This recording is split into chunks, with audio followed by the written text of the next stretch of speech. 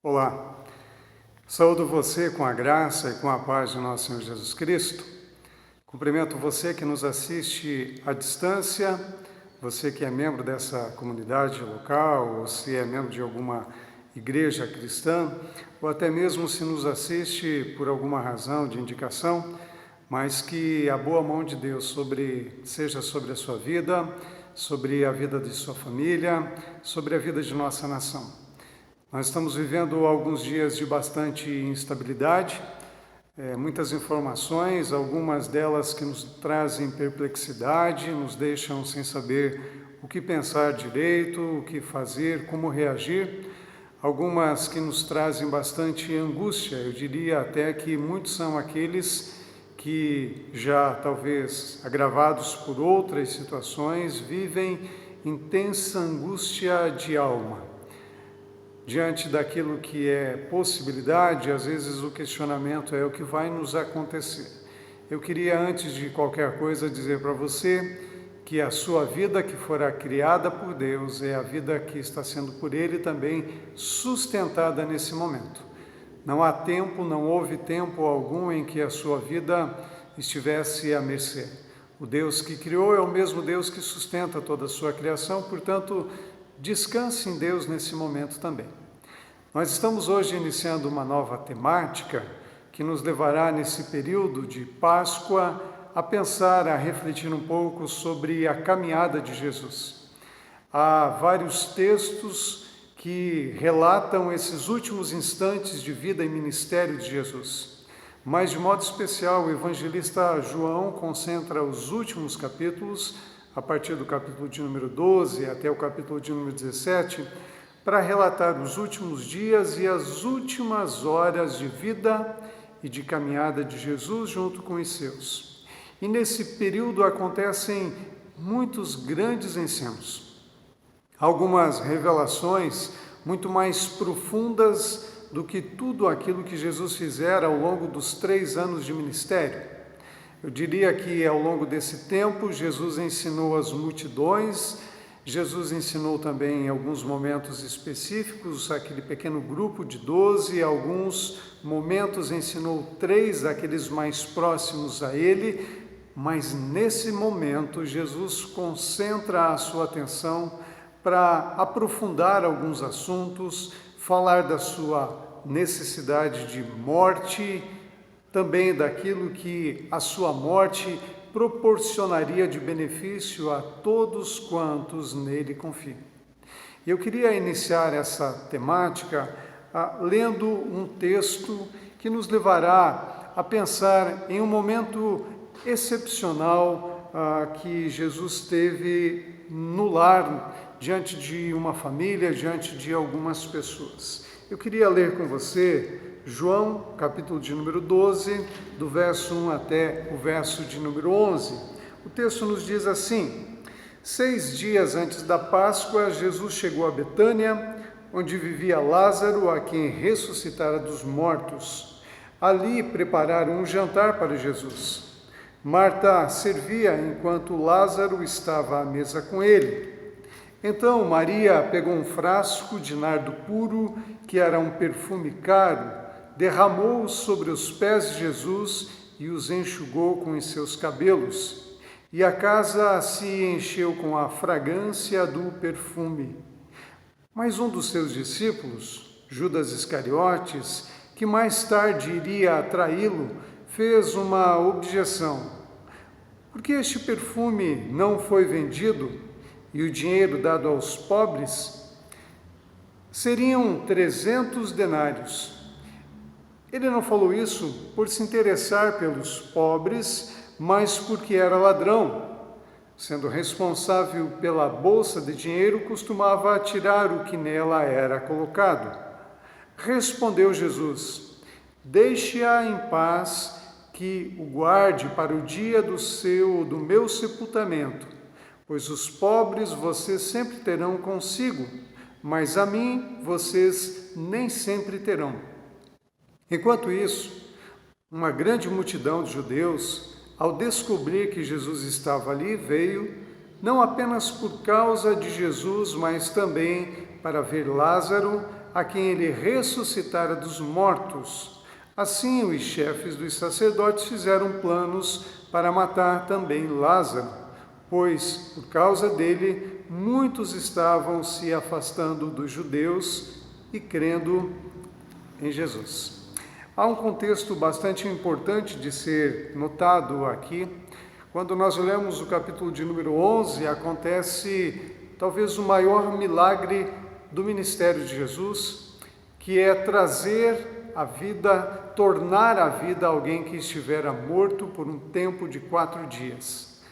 Lázaro é o personagem dessa história, é o alvo dessa graça maravilhosa de Jesus. Mas a intenção de Jesus não é apenas devolver a vida a quem estivera morto, ou quem sabe consolar suas irmãs que se entristeciam naquele momento. O propósito maior de Jesus é mostrar a sua autoridade até mesmo sobre aquilo que mais angustia a alma humana, a morte. É mostrar que ele tem poder de dar vida. E não apenas a vida biológica, a vida física, mas a vida espiritual, e num sentido pleno de vida que a Bíblia nos apresenta, a vida eterna. Nele está a vida, nele habita plenamente a vida e ele a confere a quem nele crê. Então Jesus, ao trazer Lázaro da morte, está dizendo: sou eu quem tenho autoridade sobre ela. Ele aponta também para um momento mais à frente, onde ele mesmo experimentaria a morte, mas também ressuscitaria. Ressurreição diferente da de Lázaro, porque Lázaro tornara a morrer mais tarde. Jesus, porém, ressuscitara com um corpo glorificado para viver a eternidade, como ele já era eterno, mas agora com um corpo também glorificado. Diante disso, muitas pessoas creram em Jesus. Capítulo 11 nos diz que muitos foram aqueles que passaram a andar com Jesus, a crer nele. Todavia também nos diz que algumas pessoas que presenciaram aquele ato foram ter com os fariseus, contando-lhes tudo o que havia acontecido. Então os fariseus, reunidos com alguns sacerdotes, convocaram um sinédrio, que era um conselho religioso que também tinha função política, administrava toda aquela região. E esse sinédrio reúne-se e, considerando todas as coisas ditas, entende que é melhor tirar a vida de Jesus. A razão é muito clara. Eles estão indignados, revoltados por conta do ensino de Jesus, não porque fosse um ensino completamente oposto, não, eles falavam do mesmo Criador, mas a razão é porque Jesus atraía as pessoas a ele e eles estavam perdendo os seus ouvintes, eles estavam perdendo os seus seguidores. O ciúme é que gera toda essa revolta. O texto termina no capítulo 11 dizendo que por causa disso Jesus resolveu afastar-se, não se envolvendo mais com o povo. Alguns poucos dias depois, Jesus se dirige a Jerusalém. É a terceira vez, a terceira ocasião em que Jesus sai da sua terra junto com os seus discípulos e vai até a cidade onde havia o templo. Era a Páscoa, era próximo da Páscoa dos judeus. A primeira ocasião em que Jesus fizera isso, João narra no capítulo 2, quando ele, chegando ao templo, expulsa de lá os vendedores e diz: não façam da casa do meu pai uma casa de comércio, um lugar de venda. O propósito aqui é outro. E agora Jesus se aproxima desse mesmo tempo de Páscoa, de festividade, e agora ele tem a intenção maior do que aquela da primeira ocasião, que era ensinar pedagogicamente, mas agora ele tem a intenção de realizar algo, oferecer-se como sacrifício. E então, antes de chegar em Jerusalém, ele vai a uma cidade, Betânia, onde morava uma família essa família, e experimentar essa intervenção miraculosa sua.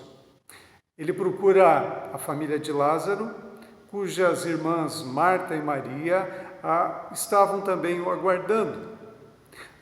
Outros evangelistas narram esse fato, colocando-o num momento diferente da vida de Jesus.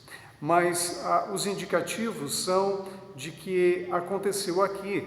Lembre-se que os outros evangelistas não tinham uma intenção de fazer uma ordem cronológica de fatos, mas narrar acontecimentos. Jesus então vai a Betânia e possivelmente ele se hospeda na casa de um homem chamado Simão, e é ali que estavam reunidas várias pessoas, entre eles a família de Lázaro. Lázaro, que havia experimentado a morte, mas tornara a vida.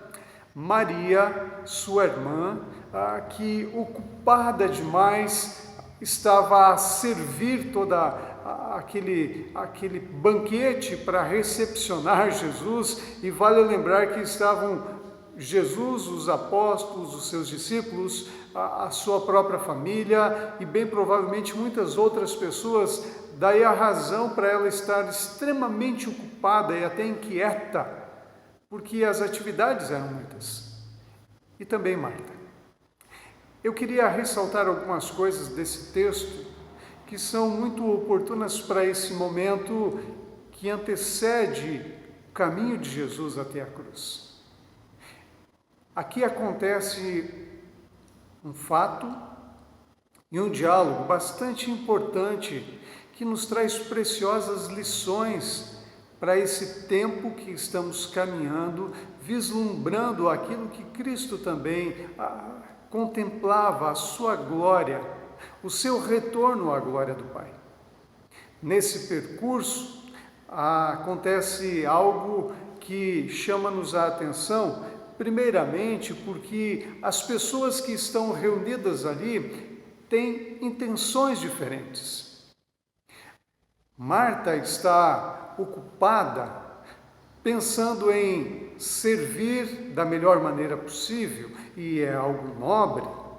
Todos nós gostamos de ir num lugar onde existem pessoas como Marta, sempre serviu, sempre procurando ser uma boa recepcionista, dando a melhor hospitalidade possível, servindo aquilo que é agradável aos seus convidados.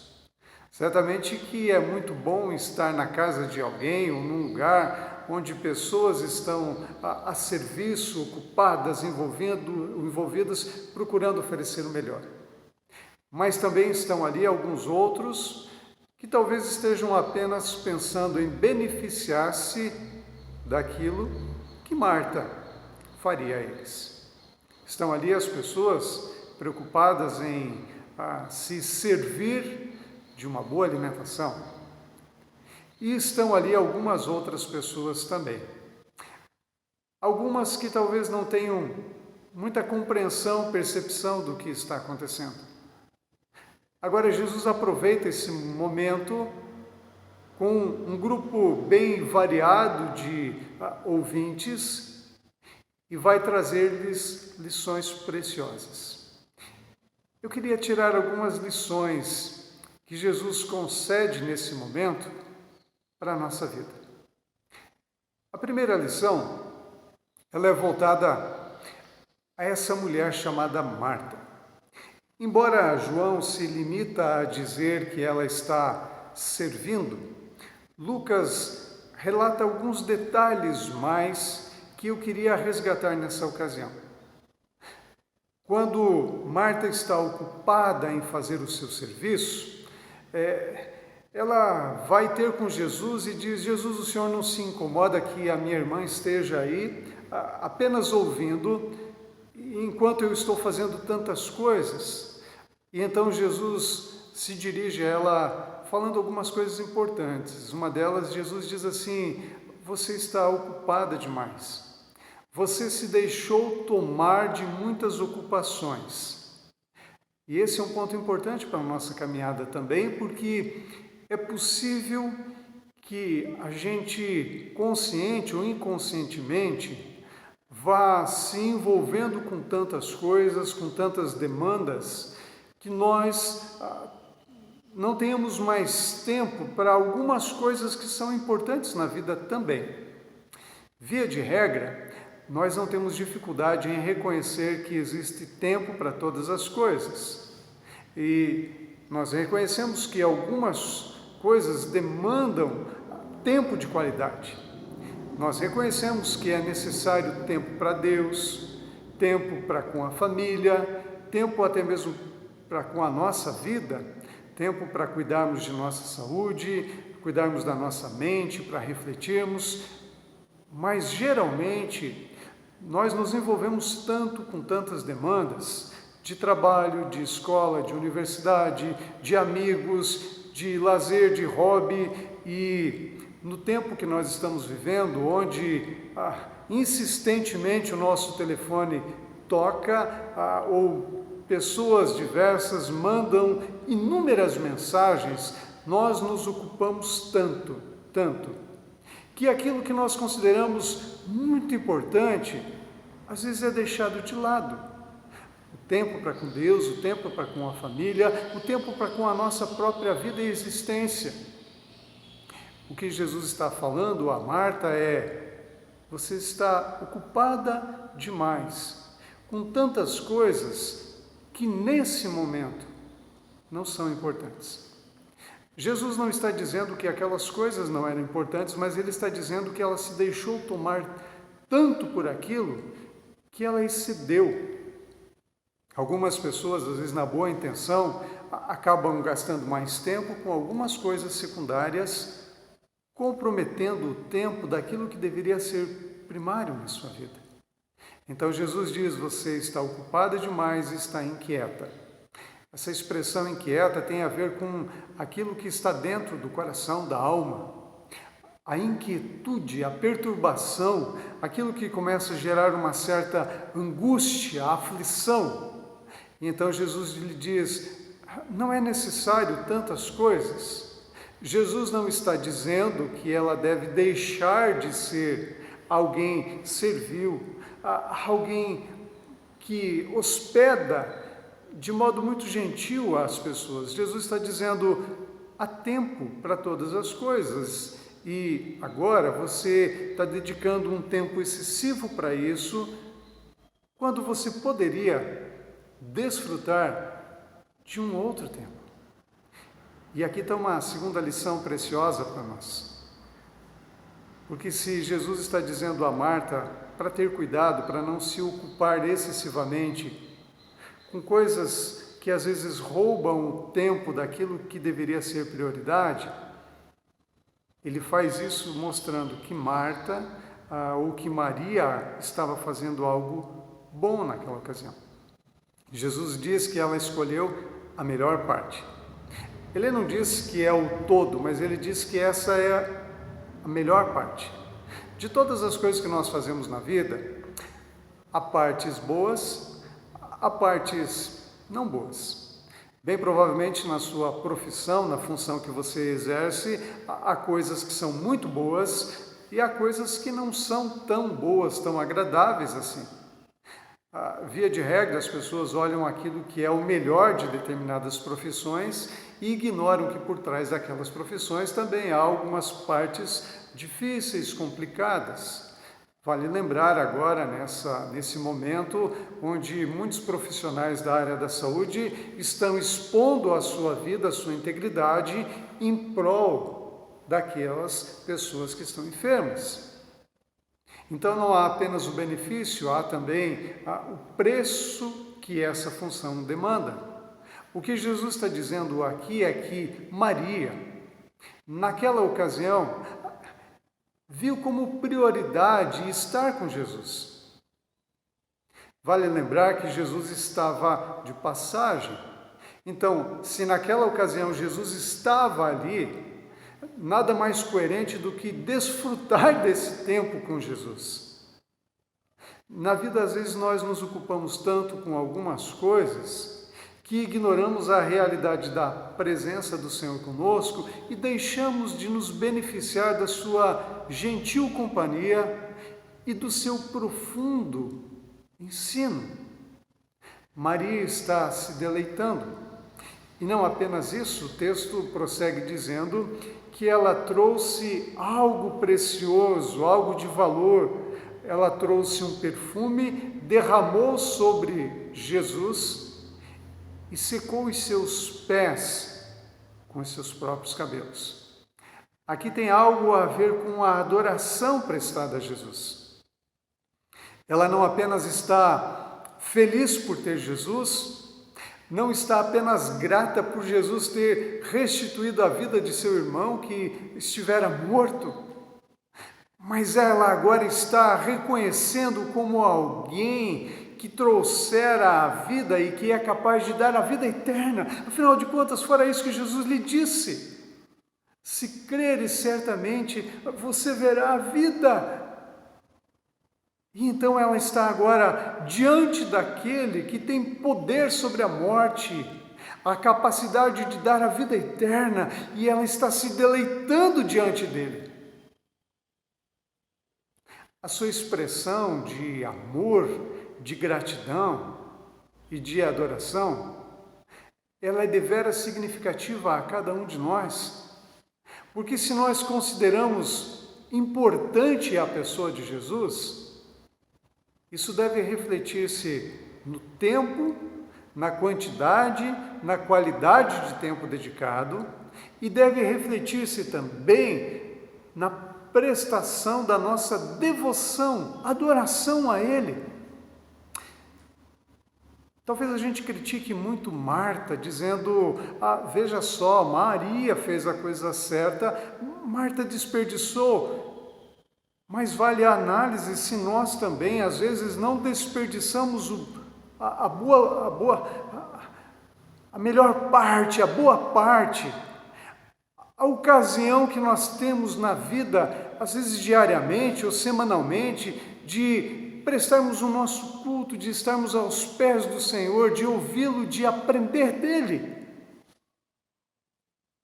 Eu queria convidá-lo, assim como Jesus fez a Marta, a repensar a sua vida, a rever as suas prioridades, a reconsiderar se talvez você não está ocupado demais com algumas coisas que não são importantes e que às vezes estão tomando o tempo da melhor parte.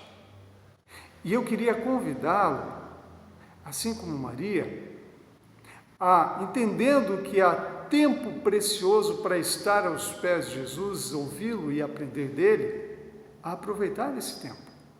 Talvez nessa ocasião de isolamento, talvez nesse tempo que você está aí com a sua família, uma das inquietações seja o que fazer. Eu ouvi muitos pais dizendo: já não sei mais que atividade, que brincadeira, o que propor aos meus filhos. Talvez a melhor oportunidade que nós temos nesse momento é de, junto com a nossa família, lermos a Bíblia, orarmos, refletirmos na grandeza e na bondade desse Deus que nos ama e nos cuida tão bem continuamente. Mas há uma outra lição importante aqui, porque diante desse ato de Maria, nós vamos perceber alguma insensibilidade. E essa insensibilidade, ela está no coração de muitos ali presentes. E ela se verbaliza através da fala de um homem. Quando Maria derrama aquele perfume, Judas diz: por que esse desperdício? Poderia pegar, vender, e esse valor ser revertido em benefício dos pobres. E então, a consideração feita pelo apóstolo João é que Judas falara isso não pensando nos pobres, mas porque ele era alguém que roubava, alguém que retirava indevidamente valores que eram colocados na bolsa que deveria beneficiar Jesus e ao longo do seu ministério e seus discípulos. E esse é um ponto importante, porque a sensibilidade ela é por demais importante de ser notada na vida de Maria, mas nessa ocasião, aquele que andara durante 3 anos com Jesus, que não estava com ele apenas em mais um momento, Maria estava em mais um momento, entre poucos que ela teve, mas Judas estava continuamente na presença de Jesus. Todavia, o seu coração é extremamente insensível para com aquele que está diante dele, para com a missão que Jesus veio realizar. E então a exortação de Jesus nessa ocasião, ela é simples, dizendo: deixe-a fazer isso, porque o que ela está fazendo é um bem a mim. Ela está manifestando amor, gratidão e mais. Ela está me preparando para um momento que daqui a pouco eu vou ter que enfrentar, a morte. Ela está embalsamando o meu corpo para algo difícil que eu suportarei. Vale notar a insensibilidade por parte dos apóstolos. Outro evangelista diz que todos eles questionaram aquela atitude, mas Jesus lhes lembra: os pobres vocês terão sempre convosco, mas a mim não é sempre que vocês terão. Agora, a exortação de Jesus, de modo muito especial, é para com aquele que tiver a oportunidade de ouvir os seus ensinos, de ver os seus muitos milagres e tomar todas essas coisas. E então concluir à luz disso que Jesus é o Messias prometido por Deus e render-se a Ele.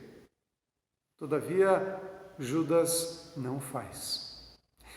Essa mesma insensibilidade estava presente em muitos outros que naquela mesma ocasião ali estavam reunidos.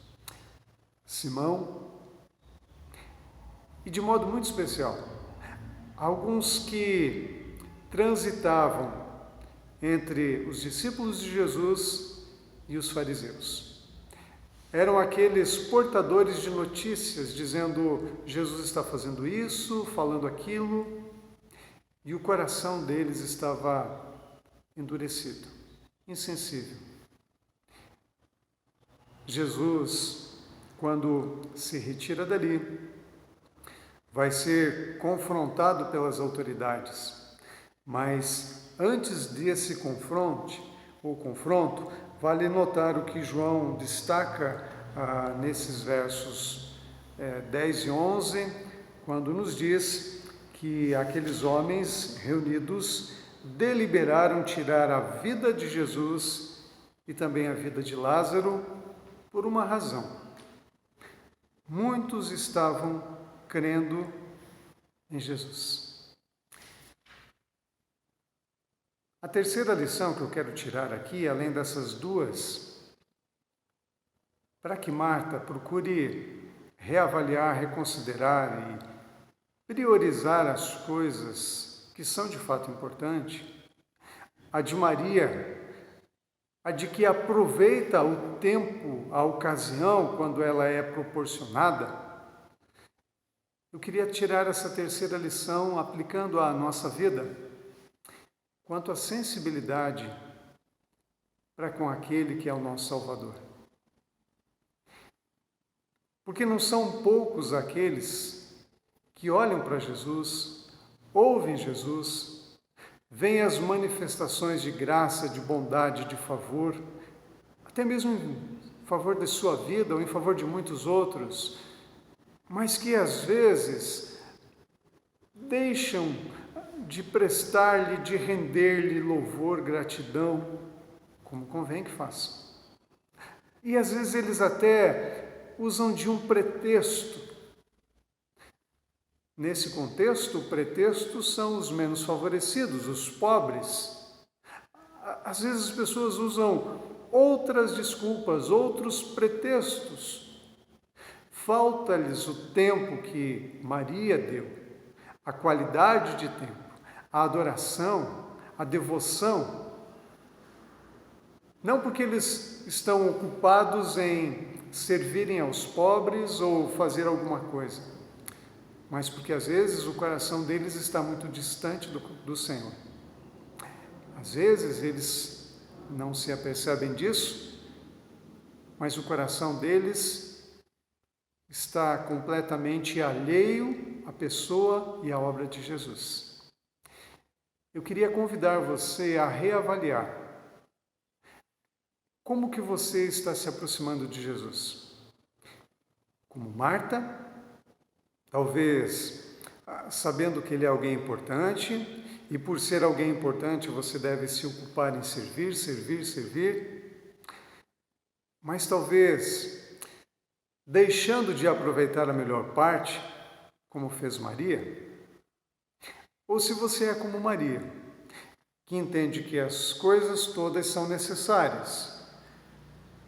Algumas se tornam prioridades em determinados momentos e essas que são prioridades recebem essa prioridade. E que estar com o Senhor é a boa parte e em vários momentos da nossa vida torna-se prioridade. Ou se você é como alguém que estava ali e que despreza por completo esse momento. E o coração está longe do Senhor. A narrativa de João, ela vai conduzir para um momento de embate entre Jesus e as autoridades que não reconheciam a sua messiandade, não reconheciam a sua intenção de vir libertar, dar vida, dar perdão. O texto termina dizendo que muitos daqueles que ouviram, creram em Jesus, e essa é a razão, inclusive, pela qual os fariseus estão revoltados e agora vão intentar contra a vida de Jesus. Eu quero terminar essa mensagem com algumas aplicações bastante práticas à sua vida.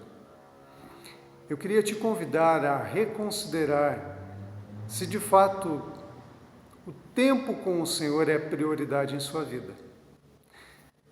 Porque se esse tempo for de fato prioridade, então não existe como você gastar 7 dias na sua agenda sem ter, ao longo desses dias, tempo com o Senhor. Tempo individual e tempo comunitário. Reconsidere. Se de fato o Senhor é prioridade na sua vida, não apenas afirme que isso é prioridade. Eu queria incentivá-lo a fazer assim como Maria, de sentar-se aos seus pés e ouvir dele. E eu queria convidá-lo também a oferecer ao Senhor a sua adoração, que pode ser expressa não apenas dessa forma como Maria fez, mas de uma adoração que vem da alma, perfume que flui do coração. Eu queria convidá-lo a reconsiderar a sua caminhada de fé e rever se o seu coração de fato está com o Senhor. Ouça essa mensagem, pense seriamente, profundamente na sua vida. Que Deus o guarde, o sustente em toda a sua caminhada. Eu queria terminar fazendo uma oração e rogando a bênção de Deus sobre a sua vida e sobre a sua família. Deus, eu quero agradecer-te porque nesse tempo tão especial que temos de ouvir a tua palavra, refletir nela, somos levados a olhar para a vida e examiná-la, assim como Marta foi convidada a fazer. E eu quero pedir ao Senhor que abençoe muito a vida desses irmãos que ouvem essa mensagem, que talvez estejam tão ocupados com tantas coisas que deixam de dar o tempo de adoração ao Senhor Jesus. Guarda o nosso coração de ser insensível, como era o de Judas e de muitos que estavam ali, insensível para com o Senhor, insensível para quem o Senhor é, para com aquilo que o Senhor veio fazer. Guarda-nos, Deus, de sermos insensíveis como aqueles fariseus que, tomados de ciúme, de inveja, têm maus propósitos no seu coração e que vão consumar esses propósitos condenando injustamente o teu Filho Jesus. Ó Deus, converte o nosso coração ao Senhor, abre os nossos olhos para que contemplemos quem de fato o Senhor é, para que nos dobremos, nos prostremos em profunda e intensa adoração ao Senhor. E que essa adoração ela seja expressa ao longo de toda a nossa caminhada, no reconhecimento de que Tu estás conosco, de que Tu és aquele que nos tem a boa intenção, que és aquele que nos cuida e nos sustenta, aquele a quem devemos prestar toda a nossa adoração. Abençoa a vida de cada um desses que nos ouvem, seus familiares, e abençoa a nossa nação, Deus, também, que tanto sofre nesse momento. Lembramos do mundo, Pai, e eu quero rogar que o Senhor faça com que esse momento seja oportuno para que todos repensem seus caminhos e se voltem numa atitude de arrependimento, fé e rendição ao Senhor. Oramos em nome do Senhor Jesus, o nosso eterno Salvador. Deus abençoe a sua vida, Deus o guarde, Deus o sustente e contigo todo o seu lar.